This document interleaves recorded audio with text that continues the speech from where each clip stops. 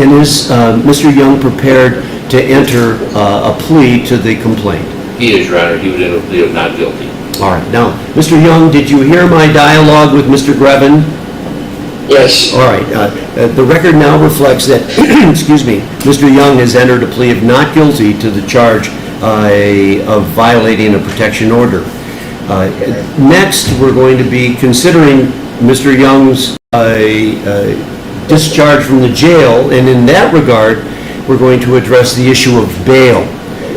Important before we have this discussion is the fact that the charge in this case is an allegation of a violation of a domestic violence temporary protection order protecting Ms. Tina Young, and that order was issued in case number CRB 2023-07.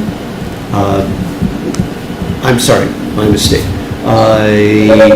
That was in case number 23 CRB 1403 A and C, which is a pending case in this court with legal counsel engaged, and actually that case set for a pretrial conference tomorrow at 1 o'clock.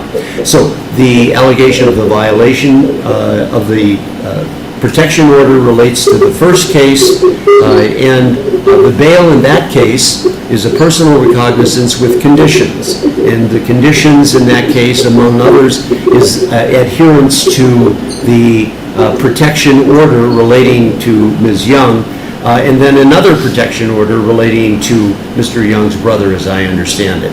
So, in light of that, with that as a background concerning bail, I'm going to ask Ms. Roberts now, in behalf of the state, to speak on the issue of bail in this case. Ms. Roberts. Thank you, Your Honor. With respect to the issue of bail on the newly filed violation of the protection order, at this time, the state would be requesting and not be opposed to Mr. Young receiving a recognizance bond. We would be asking that additional conditions be placed on this recognizance bond, and that would include that he be placed on 24-hour GPS monitoring, active location monitoring device, and that he has dependency of this new charge. Your Honor, we would be requesting that as a condition of the bond. We would also be reminding Mr. Young, or ask the court to remind Mr. Young, that the temporary protection orders are still in place. Any future violations of the protection orders could likely result in both cases bond being requested to be revoked by the state. So we would ask that he continue to comply with the protection order in the domestic violence cases currently pending. We'd be asked to be placed on GPS monitoring. I would ask the court to order him to report to 921 Sherman Street in Akron, Ohio, immediately upon his release from the Summit County Jail, if the court is so inclined to release him today, to be equipped with that GPS monitoring. And Ms. Roberts, for the record, have you discussed the issue of bail and the particulars that you've just enumerated with the alleged victim, Ms. Young?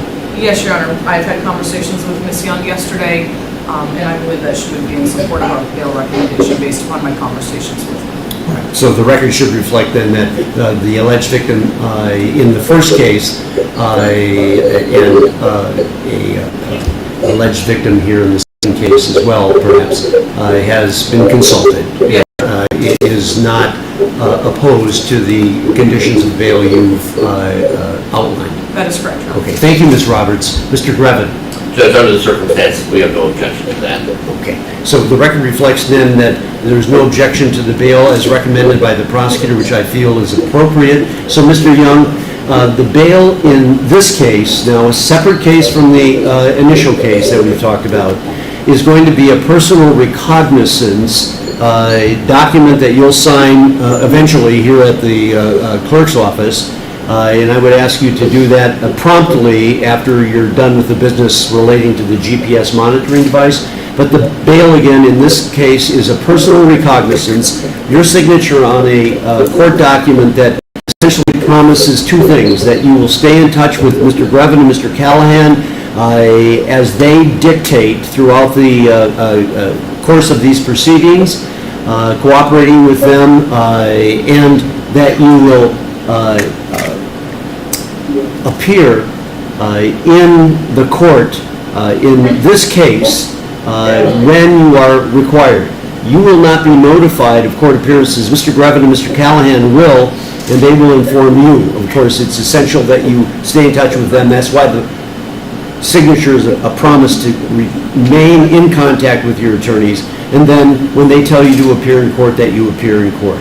As long as you do that, of course, then you have honored the requirements of the recognizance. But there are additional conditions to the recognizance. Just as in the underlying case, the domestic violence and the assault charges in the first case, in this case, the conditions of the recognizance bail are the same, that you comply with the protection orders that are in place in the underlying case, and of course, to be sure about what you can and cannot do, make sure that you ask your attorneys if there's any question about whether you are allowed to do something or not as a potential violation of the conditions.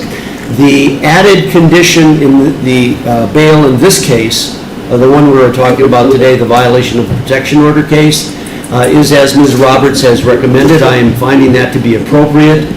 So you'll be required then upon your discharge from the Summit County, Ohio jail this morning, or whenever they can effectuate that discharge, you'll be required to go to the location that Ms. Roberts indicated, 921 Sherman Street in Akron, which I understand is not far from the Summit County jail. Yes, Your A Honor. couple of blocks, yeah. Directly upon your release from jail, they're expecting you. They will then go through the procedure of affixing to your person a GPS monitoring device, which you are required to wear 24 hours a day, 7 days a week, until further order of the court in this case.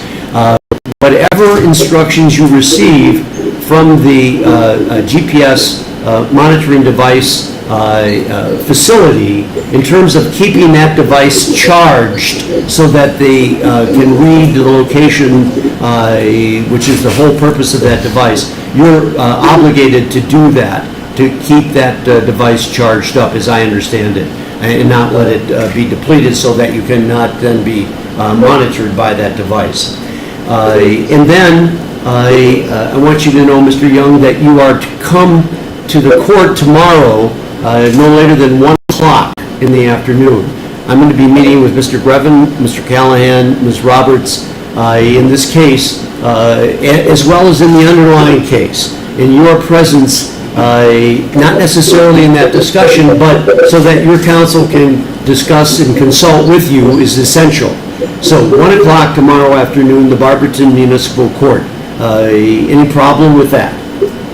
No, sir. Okay, Mr. Young, and I appreciate then that you'll appear for that. So, no, as it relates to any other matters at this arraignment hearing, Ms. Roberts, have I overlooked anything from your viewpoint? No, Your Honor, thank you. Thank you for your input as well. Mr. Grevin, Mr. Callahan? I think we're good, Judge. I think there are issues, but we'll discuss those tomorrow. Yes. And Mr. Young, do you have any questions of me? No, thank you. Okay, so we'll then adjourn and we'll have the pretrial conference in both cases tomorrow at 1 o'clock. Thank you. Good, thank you all. Thank you, Judge.